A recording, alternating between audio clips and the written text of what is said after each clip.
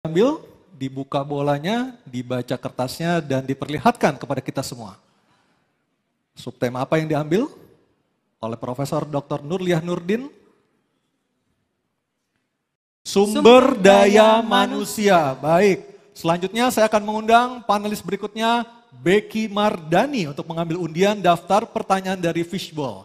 Akan diambil huruf apa oleh panelis Becky Mardani malam hari ini? Sudah diambil bolanya? C, oke. Sumber daya manusia huruf C. Baik, ini dia. Kita buka terlebih dahulu. Amplopnya masih disegel? Masih disegel. Ini lengketnya lumayan lengket nih, Nis. Ya, ini tandanya sangat rahasia. Sangat rahasia. Oke, berhasil dibuka. Saya akan baca pertanyaannya, subtema sumber daya manusia.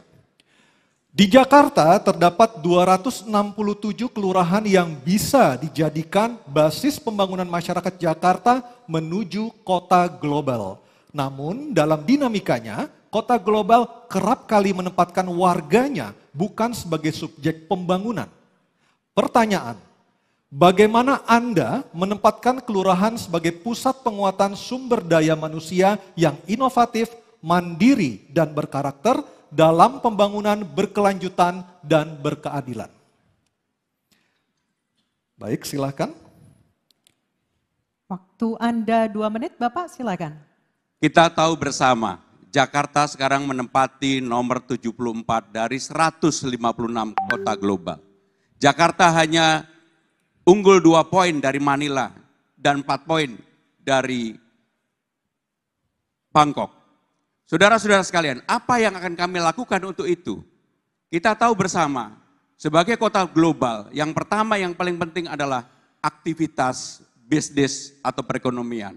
Yang kedua, sumber daya manusia. Yang ketiga, dukungan politik.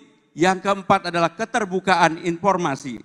Dan yang tidak kalah penting adalah kesiapan kita untuk menjadi kota global. Untuk itu, sumber daya manusia menjadi sangat penting dalam penilaian untuk indeks kota global.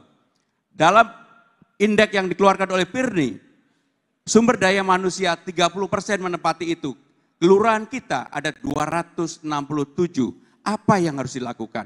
Seperti yang saya katakan tadi, maka kita harus yang namanya Kartu Jakarta Pintar, Kartu Jakarta Sehat, dan juga untuk para mahasiswa KJMU, betul-betul negara harus hadir untuk itu. Inilah yang menjadi persoalan, kenapa sumber daya manusia kita seringkali tidak siap. Termasuk yang sudah saya katakan tadi, maka pemerintah berkewajiban untuk menyiapkan job fair selama 3 bulan sekali di kantor kecamatan, bahkan kalau perlu di kantor kelurahan. Inilah yang akan kami lakukan secara detail. Untuk itu, supaya kita bisa menaikkan menjadi kota global, saya bercita-cita, kalau saya dapat amanah ini, saya yakin, hakul yakin, 5 tahun ke depan Jakarta menjadi 50 kota global dunia, dan artinya naik peringkat yang cukup tinggi setara dengan Bangkok pada saat ini. Terima kasih. Baik, terima kasih calon gubernur nomor urut 3. Dan berikutnya saya akan mempersilahkan calon gubernur nomor urut 1 Bapak Ridwan Kamil menanggapi jawaban dari Cagup nomor urut 3. Waktunya 1 menit, kami persilahkan. Bapak Ibu warga Jakarta, kenyataannya tidaklah mungkin urusan Jakarta dibereskan sentralisasi dari balai kota. Konsep Ridho adalah DKI, desentralisasi, kolaborasi, dan inovasi. Kelurahan itu adalah ujung ASN.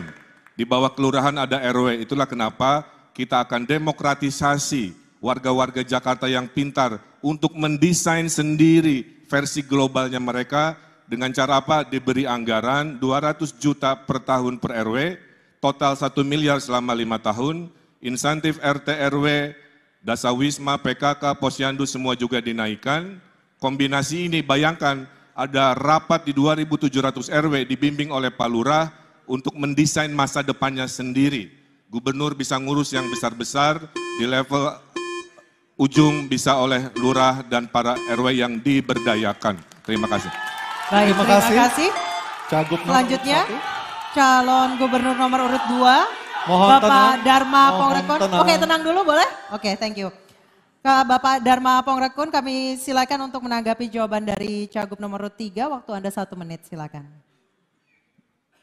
Penguatan sumber daya manusia artinya ada masalah dengan sumber daya manusia. Ada masalah dengan manusia. Manusia bukan hanya tubuh tapi jiwa. Sehingga masalah adab itu harus dibenahi dulu. Sehingga kemauan untuk bekerja itu menjadi tinggi. Menjadi tanggung jawab dari keluarga. Dan persoalan yang harus kita identifikasi adalah apa? Kita harus tahu ada masalah apa yang terpenting. Ada masalah persaingan di dalam pekerjaan. Di mana Jakarta, gubernur sebagai ayah daripada warga Jakarta, itu harus mendahulukan yang berKTP Jakarta. Karena ternyata banyak yang masuk ke Jakarta dan itu membuat banyak dari warga Jakarta yang tidak punya kesempatan diterima di suatu pekerjaan. Akibat dari apa? Akibat belum atau kurang dipercayanya. Dengan program jaminan Babe, maka kami sebagai gubernur akan menjadi... Waktu habis, kita berikan aplaus yang paling meriah untuk jawaban dan juga tanggapan dari 3 calon gubernur ini. Terakhir masih ada? Masih ada lagi calon ya? gubernur, Oke, ke calon gubernur nomor urut 3, Bapak Pramono Anung untuk merespon tanggapan dari kedua calon gubernur nomor urut 1 dan juga nomor urut 2 tadi. Waktu Bapak 1 menit, silakan. Undang-Undang nomor 2 tahun 2004 sudah mengatur untuk keperluan RT, RW, dan kelurahan itu angkanya tidak boleh lebih dari 5%. Sehingga dengan demikian, apa yang akan kami lakukan untuk kelurahan, kami akan membangun yang disebut dengan balai rakyat.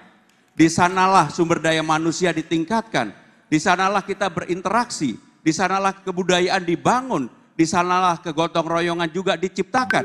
Dan yang paling penting, apa yang menjadi pertanyaan di bawah, bagaimana untuk urusan yang mendasar kalau mereka mau mengawinkan anaknya, mau mekintankan anaknya, ada tempat di mana balai rakyat. Ini bagian dari mendorong agar sumber daya manusia di tingkat paling bawah di kelurahan bisa dihidupkan.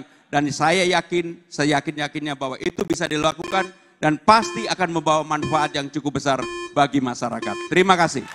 Terima kasih calon gubernur nomor urut 3 dan kita berikan aplaus yang paling meriah.